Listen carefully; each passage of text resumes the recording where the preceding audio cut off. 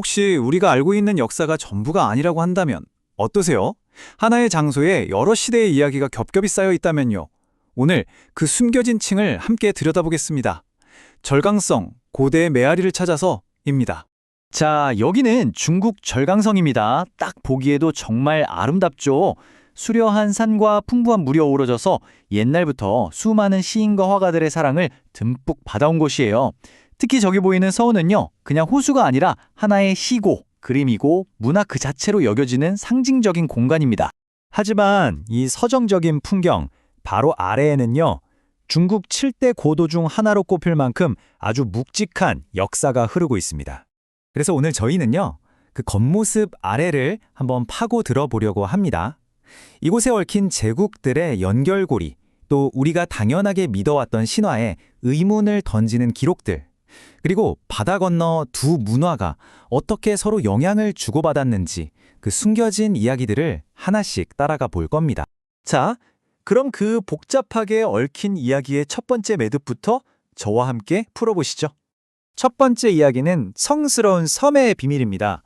중국 불교 4대 명산 중 하나인 보타산. 과연 그 시작에는 어떤 미스터리가 숨어 있을까요? 보통 이 보타산 최초의 사찰, 그 기원에 대해서는 두 가지 이야기가 전해져 내려거든요. 가장 널리 알려진 건 9세기 일본 스님 해악의 전설이에요. 그런데 말이죠, 이보다 무려 300년이나 앞선 12세기 문헌 고려도경을 보면 전혀 다른 사람이 등장합니다. 바로 이름 모를 신라의 한 상인이죠. 과연 역사는 누구의 편일까요? 이 미스터리를 풀 결정적인 단서가 바로 암초의 이름에 숨어 있습니다. 당시 배를 멈추게 한 그 암초를 현지 사람들이 신라초라고 불렀다는 거예요. 아니, 일본 스님의 이야기인데 왜 암초 이름에 뜬금없이 신라가 붙었을까요? 참 이상하죠? 바로 이 이름 자체가 신라 상인의 이야기에 무게를 실어주는 아주 강력한 증거가 되는 겁니다. 근데 이 보타산의 미스터리는요, 사실 시제에게 불과합니다. 이 연결고리를 쭉 따라가 보니까 이 절강성 곳곳에서 고대 한국의 흔적이 훨씬 더 깊고 넓게 나타나더라고요.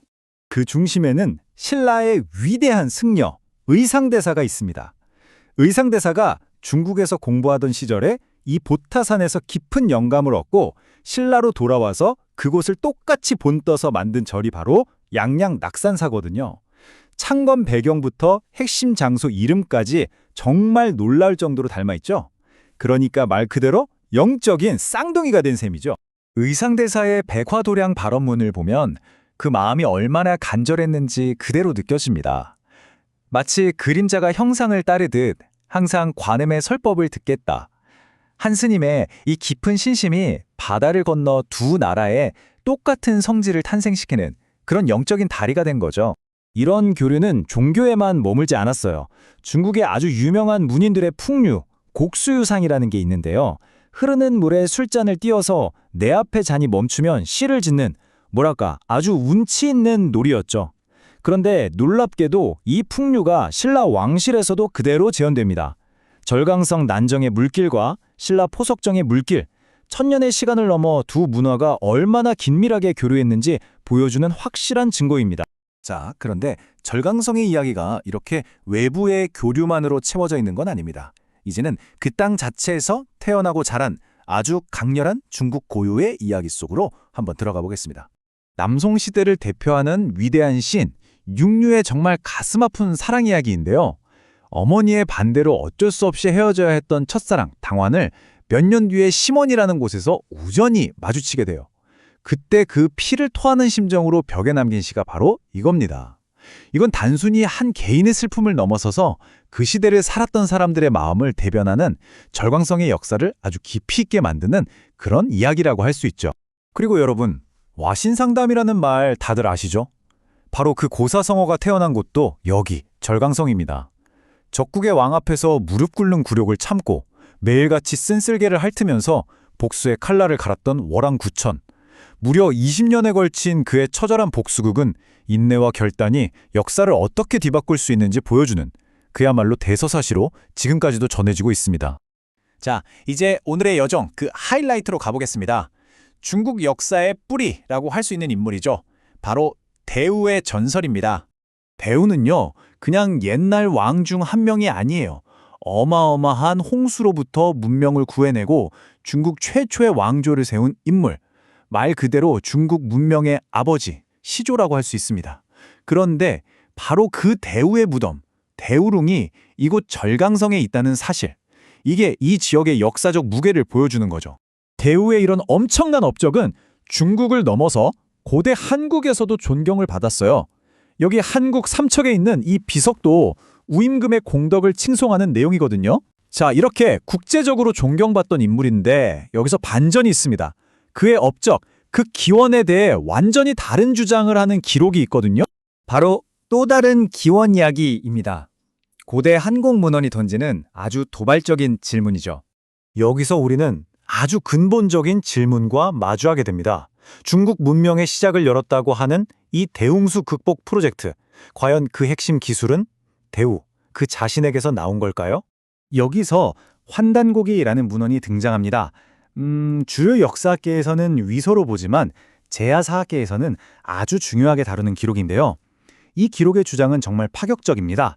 우가 스스로 방법을 찾은 게 아니라 고조선 단군의 아들인 부르테자에게 오행치수법이라는 핵심 기술을 전수받았다는 거예요.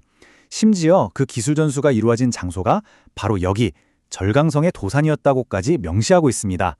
이건 뭐 중국 문명의 기원에 대한 기존의 상식을 완전히 뒤엎는 정말 대담한 주장인 거죠. 자, 이렇게 여러 이야기들을 살펴봤는데요.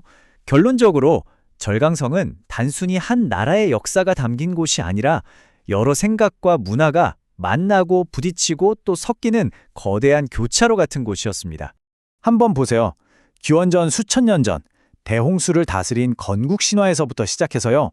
왕의 복수국, 문인들의 풍류, 또 바다 건너온 스님의 신앙, 시인의 애절한 사랑, 그리고 세상을 뒤흔든 철학까지 이 모든 다른 시대의 다른 성격의 이야기들이 전부 절강성이라는 하나의 무대 위에서 펼쳐진 겁니다. 정말 대단하죠? 어떤 건 논쟁의 여지가 있고 어떤 건 서로 공유됐고 또 어떤 건 한 나라의 뿌리가 된 신화가 됐죠. 이렇게 절강성은 그냥 지도 위의 한 장소가 아니에요. 역사가 만들어지고 서로 나뉘고 때로는 완전히 새롭게 쓰여온 살아 숨쉬는 거대한 교차로, 바로 그 자체인 겁니다. 마지막으로 여러분께 이 질문을 한번 던져보고 싶습니다. 우리가 이미 잘 안다고 생각하는 바로 그 장소들, 그 아래에는 과연 얼마나 많은 우리가 미처 몰랐던 이야기들이 숨겨져 있을까요?